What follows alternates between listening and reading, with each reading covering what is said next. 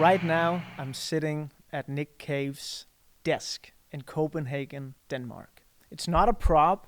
It is actually Nick Cave's desk and very comfortable chair.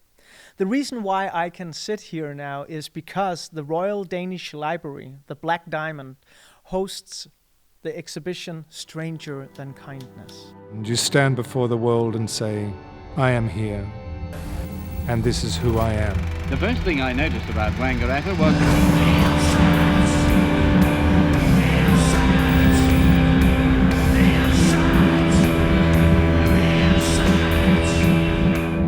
An exhibition where you get a chance as an audience to dive into the very soul and creative mastermind that is Nick Cave.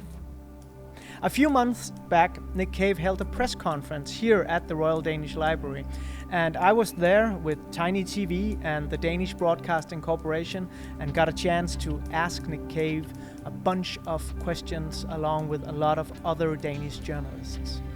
In this week on Tiny TV, you'll see small clips from some of the highlights of this press conference. And in the end of the week, I will upload the entire press conference. 1.5 hours worth of Nick Cave in a really good shape, being humorous, witty, and just, such a great man.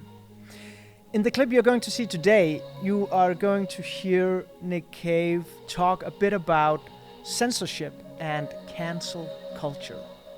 Again, thank you so much for watching Tiny TV. If you enjoy the content I'm making, please do consider subscribing, give it a like, and share it on all your social media platforms. That will make me very happy indeed.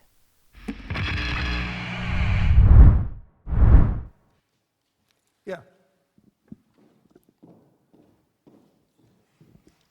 Hello, Mr. Cave. I'm called Mikkel. I'm also from the Danish Broadcasting Company. Two questions, actually. Let's stay at the exhibition. Next week, on Sunday this week, we have a national reading and literature festival in Denmark. And it's obvious, knowing your work, that literature and the written word seems to have a special place for you. So could you tell us a bit about what literature means to you and why? And is there a book that, over the years, have done a special impression for you? Yeah, I mean, for sure. I mean, my father was a literature teacher, so I had no other option but to have to read.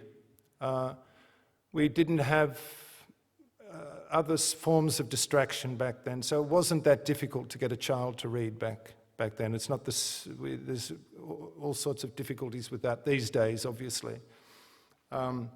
So I read a lot as a child, and my father encouraged it. My father would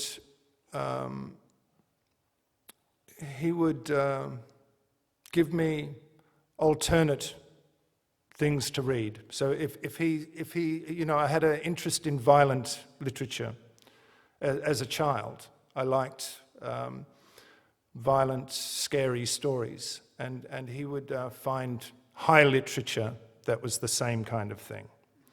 So he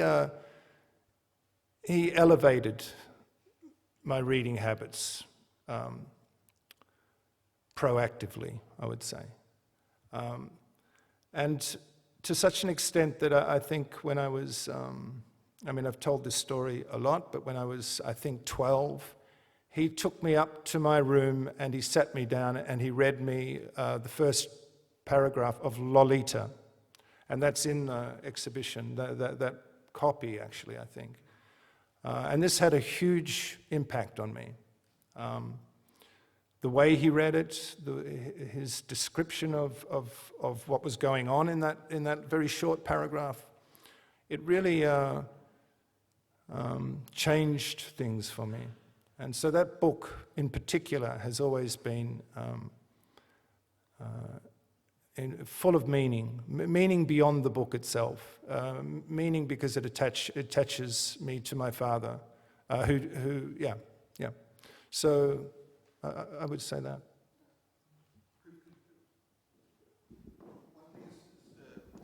One thing is the emotional connection to your father in that book, but the book itself, what is it that is so drawing and interesting? Of Lolita? Yeah. Well, it has all sorts of different resonances, especially, well, first of all, it's just a book about language and the love of language and what words can do and the power of words just the kind of rolling around in language that goes on in that book. It's absolutely extraordinary.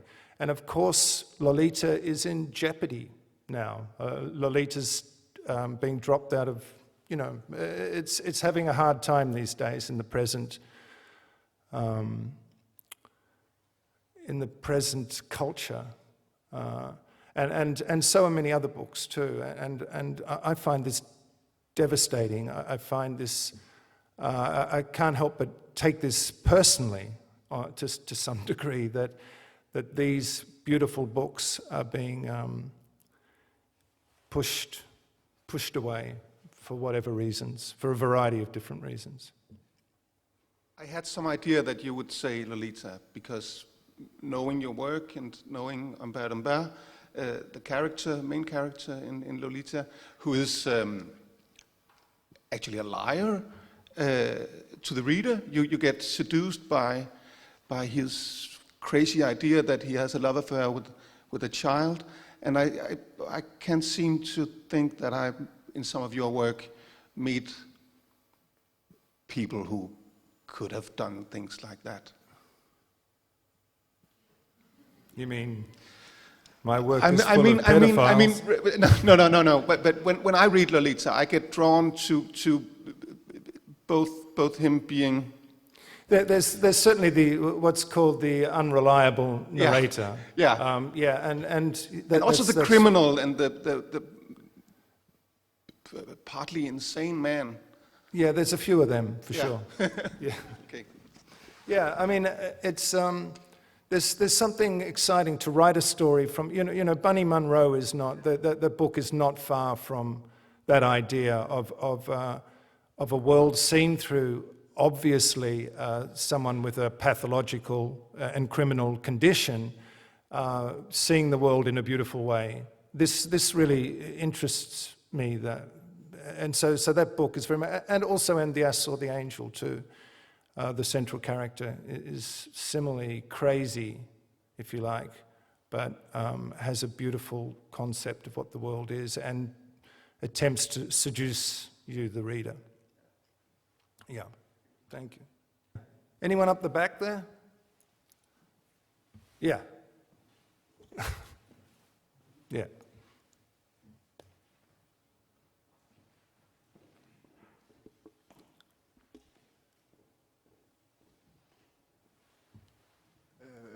I'm Kim from a music magazine called Groovy. Mm-hmm. And actually I have a question, but I'd like you to expand on one of the earlier questions about Lolita and the censorship we practice upon literature and a lot of other art forms. What is it a sign of, in your opinion, and why does it devastate you? What is... Or the way we try to rewrite history, suddenly Nabokov and Henry Miller and other authors are being... Well, Flannery O'Connor, they've just taken a name off a library. William Faulkner. These writers that were, for me, fundamental to my development, in particular, weirdly enough, are being dropped off syllabuses in universities and in school. They're just complex. They have complex views upon life and upon sex and race and these sorts of things. They have complex, nuanced, difficult relationships with these ideas. And the idea that we can somehow purify the past by just cancelling these particular books will somehow make our past a better place is just crazy, as far as I'm concerned. and a complete affront to the concept of art. And you just don't know where that's going to stop. I mean, you're a music magazine. Music has, in a way, has remained a little bit immune to this. It's not a big problem within music, but it's coming. I would say it's coming. It's coming for music too. And I just feel that we are adults and we should have the right to be able to make these decisions about what we listen to and what we read ourselves, and not have a committee of people, whoever they may be, taking these things away from us. Why? I'm not sure. I think there's I don't know why. Why do you think? You don't know? I mean, I think there is that. I don't know why that's come about. I don't know. I mean, I know that there's philosophical ideas behind it, but I don't know why they have come about. I know that there's an idea, I think now, that we must identify ourselves not as individuals, but as collective identities, and this is part of the situation. But I don't know why. I don't know the why of it. But it's a thing. It's a thing. Yeah. Yeah, hi, I'm Michael from Kristi Dagblad. In connection with what we're just discussing right now, you once wrote that the Christian concept of grace is the opposite of today's cancel culture. Could you please expand on that notion? Did I say that? Yeah, you did. Yeah? I guess the idea. Yeah, I guess the idea of mercy. Yeah, I'm not. Did I mention grace? I think mercy is a different thing. I just feel that there is a division within society at the moment that is finding its oxygen from a kind of brutality and lack of forgiveness. I think that this concept is a Christian concept, perhaps, forgiveness. I'm not so sure about that. We need to bring it back into our society in some kind of way. This idea that you can be, the reason being because if we don't have forgiveness, then we don't have freedom to speak our minds. We don't have freedom to make mistakes. And the way we grow as human beings is to make mistakes. We make mistakes and we learn from them. If we make a mistake and we are suddenly, our lives are over, let's say, our lives are cancelled, then we don't have freedom to grow, and we don't have freedom to grow as a society. That's what worries me about it. I don't actually like to use the word cancel culture, actually, because I don't think that's the right word, and it makes it's like a cartoon, word that's used about this, and I think it's more subtle than that. But I think we need the freedom to make mistakes. That's what life is all about, as far as I'm concerned.